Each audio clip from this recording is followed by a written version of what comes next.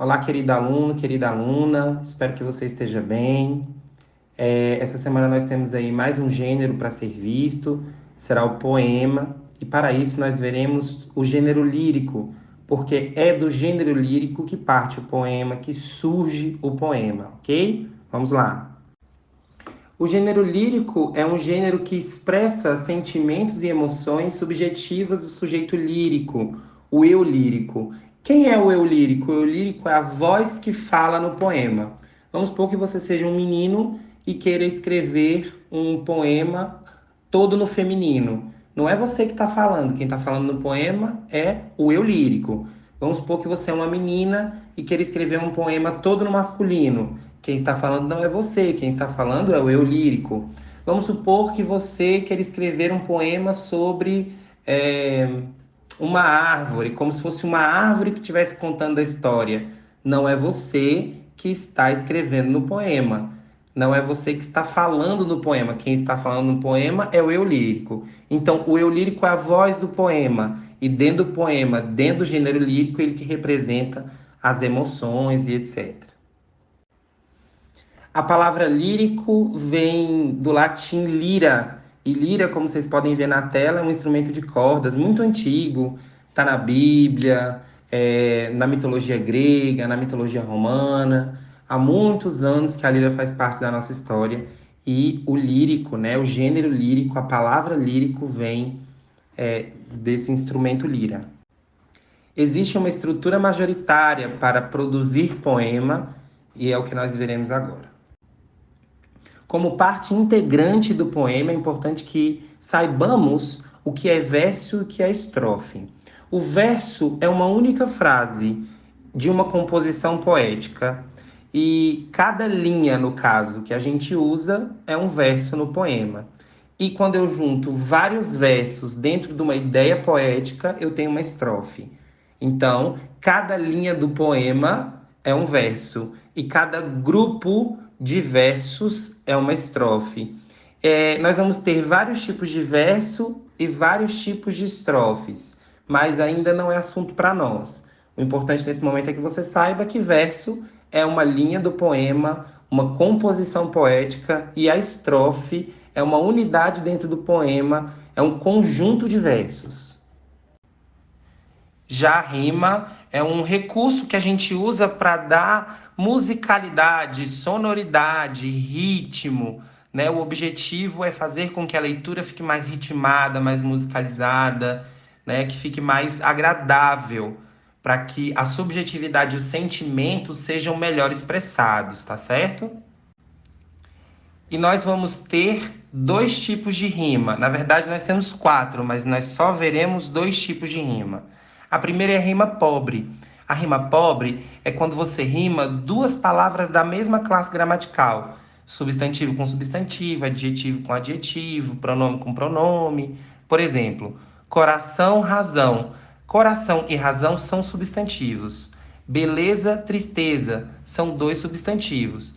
Então, quando nós rimamos duas palavras da mesma classe gramatical, nós temos uma rima pobre.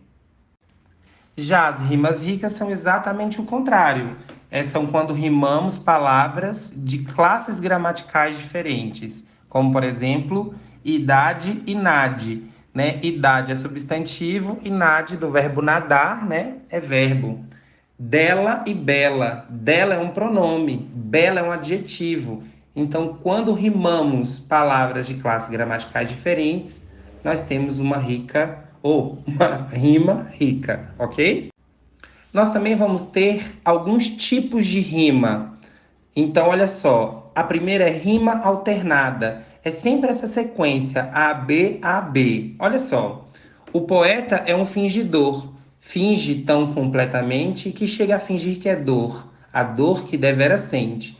Repare que o primeiro verso, que a gente sempre vai chamar de A, ele vai rimar com o terceiro verso, e o segundo verso, que a gente sempre vai chamar de B, vai rimar com o último verso, levando em consideração que eu tenho uma estrofe com 4 versos.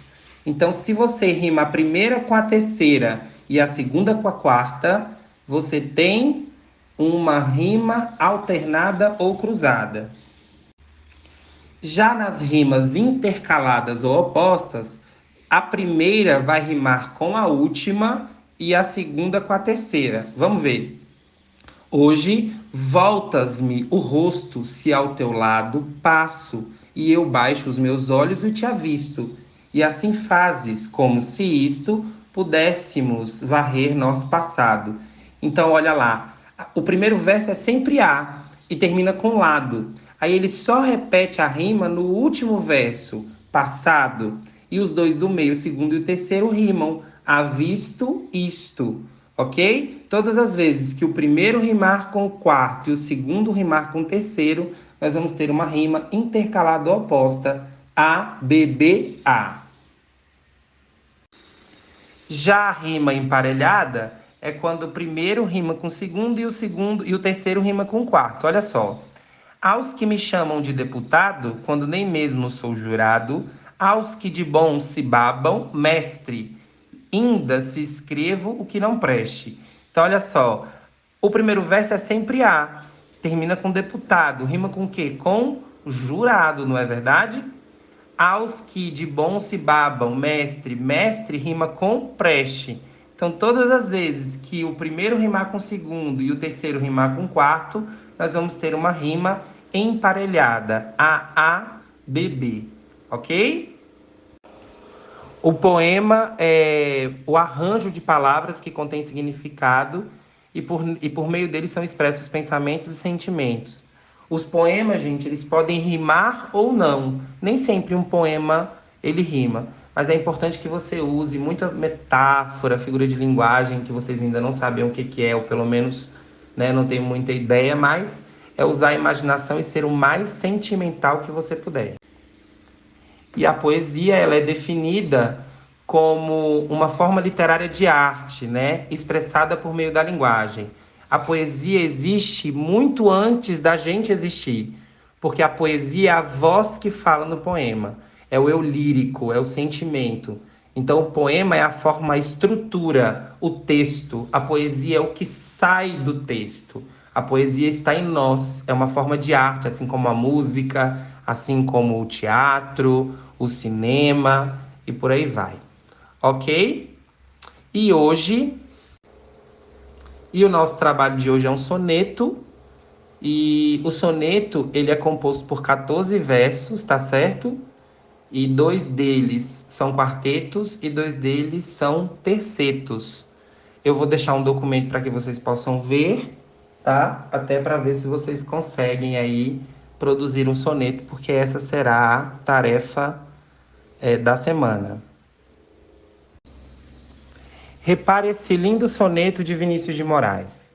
De tudo ao meu amor serei atento, antes e com tal zelo e sempre tanto, que mesmo em face do meu maior encanto, dele se encante mais meu pensamento. Quero vivê-lo em cada vão momento, e em louvor hei de espalhar meu canto, e rir meu riso e derramar meu pranto, ao seu pesar ou seu contentamento. E assim, quanto mais tarde me procures, quem sabe a morte, a angústia de quem vive, quem sabe a solidão, fim de quem ama, eu possa me dizer do amor que tive, que não seja imortal, posto que é chama, mas que seja infinito enquanto dure. Se você observar, nós temos um soneto, essa é a estrutura básica do soneto, são 14 versos, como vocês podem ver, dividido em 4 estrofes. A primeira estrofe, que é essa que eu estou marcando, ela tem 4 versos, é chamada de quarteto. A segunda estrofe tem 4 versos, é chamada de quarteto. A terceira estrofe tem 3 versos, é chamada de terceto. E a quarta estrofe também tem 3 versos, é chamada de terceto. É nessa estrutura que você vai realizar o seu soneto dessa semana com um tema livre, da forma como você quiser, ok? Um grande abraço e até mais.